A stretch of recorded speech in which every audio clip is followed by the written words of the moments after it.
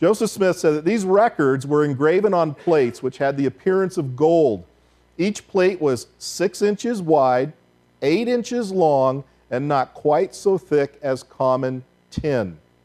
So I want you to imagine you've taken an average can and you've opened it up, and this would probably be, probably a little thinner than most, but, but about the thickness of common tin, he says. This is what each plate was supposedly, that's the size that he gives us. The volume was something near 6 inches in thickness, a part of which was sealed.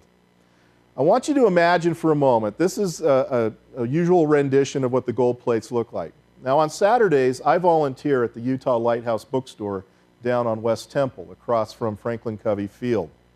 And in the bookstore, we have on display a set of lead plates, which would be lighter than gold.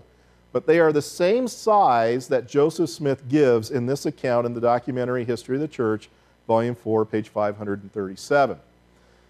The lead plates are the same size, sitting on a little table there, and I really think the bookstore probably needs to get extra insurance for this, because it's always fun to watch people come into the bookstore and they see the plates there and they see their size and they don't look all that large. I mean, they're not that large, really. And of course, there's a sign saying that these resemble what the plates probably looked at. Of course, lead is almost a black color, whereas these would be a goldish color.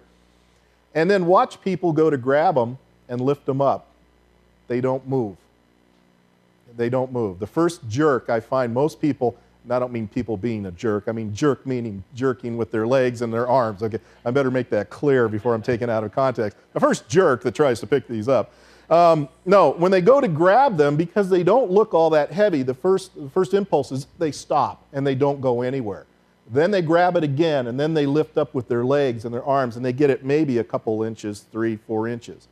Now you have to understand, Joseph Smith probably did not know how heavy gold was. He came from a very poor family.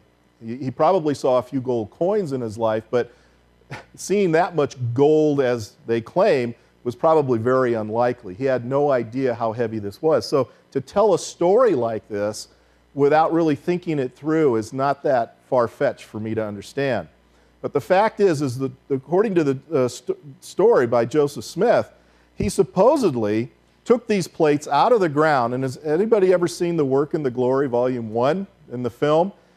I almost laughed out loud when I was watching this in the theater, because when Joseph Smith goes to get the gold plates out of the ground, he puts them in like a pillowcase and jerks them out of the ground, like not quite over his shoulder.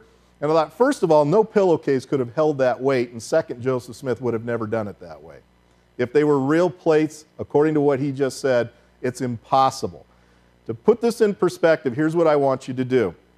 The next time you're at Lowe's or you're at Home Depot, I want you to go over into the cement section, and I want you to go grab a bag of Portland cement, all right? A bag of Portland cement weighs about 98 pounds. You might say, well, Bill, how do you know this? Well, for 2 years after I first got married, I worked at a hardware store, and we had to load Portland cement for customers. And believe me, it gets a little heavy after a while when you have people coming in wanting a lot of bags of cement. These things are not light. I want you to imagine Joseph Smith taking a bag of Portland cement, taking it out of the ground, putting it in a linen frock, that's the way his mother described it, wrapping it in a linen frock, tucking them under his arm and heading for home about 3 miles away. That's the story that we're supposed to believe here. That's what we're being told to believe.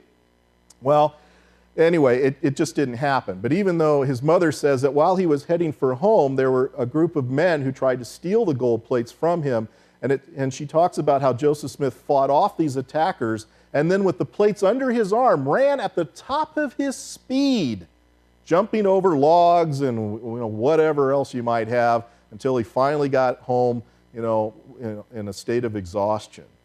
This story is just incredible. It's not believable. It's incredible, but it's not believable. And unfortunately, a lot of people do believe this to be a true story.